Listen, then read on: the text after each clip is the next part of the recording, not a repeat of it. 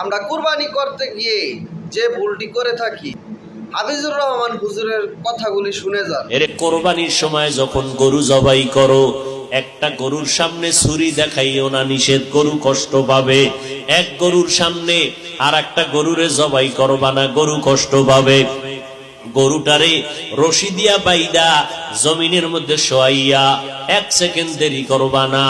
কিন্তু আমাদের সমাজের মানুষেরা কোরবানির সময় গরুটারে হাতে পায়ে বান্ধিয়া মাটির মধ্যে শোয়াইয়া এরপরে বিশাল চিঠি পড়ে, অমুকের মাইয়া, অমুকের ভোলা, এইরকম 7 নাম 13 বাড়ির নাম নিয়া গোষ্ঠী শুদ্ধা নাম পড়ে।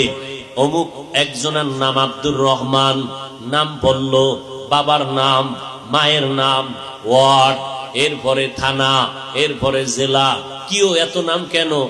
আমার এই নামে তো অমুক জেলায় আরো থাকতে পারে, যদি এই জেলার নাম না কও তাহলে আমার দোয়া তো আর এক জেলায় চলে যাইব। এই জন্য আমার গোষ্ঠী শুদ্ধ সব নাম ক।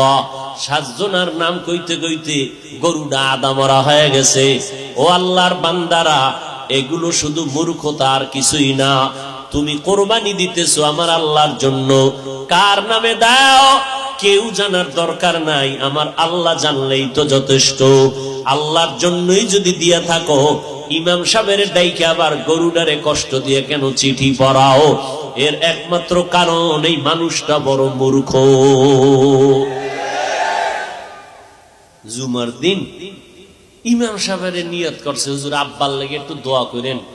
পকেটে 1000 টাকার হাদিয়াটা রাখছে। ইমাম সাহেব দোয়া করতে গিয়ে আরো 6 জনের নাম কয়ে লাইছে মোনাজাত।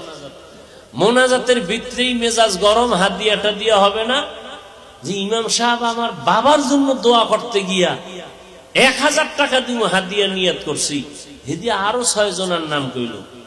এবার পকেটে খুঁজে টুইজে 200 টাকা দিছে, যে দোয়া ভাগ হয়ে গেছে। আগে হুজুরে আমার আব্বার নামটা একক কইলে পুরো দোয়াটা আমি একা পাইতাম, এবার 6 বাবার নাম কইছে তো দোয়া কি হয়ে গেছে, ভাগ হয়ে গেছে, হাদিয়াও কমে গেছে। এরকম কিছু জাহেল, কিছু ধর্মান্ধ মূর্খ আমাদের সমাজে আছে না নাই? আল্লাহ হেদায়েত দান করুন। যেন আমরা এই ভুলটি কেউ না করি, ভিডিওটিতে একটি ফলো দিয়ে ভিডিওটি একটি শেয়ার করে দেবেন সবার মাঝে, যেন আমরা সবাই সঠিক নিয়মে কুরবানিটি করতে পারি। ধন্যবাদ সবাইকে। আসসালামু আলাইকুম।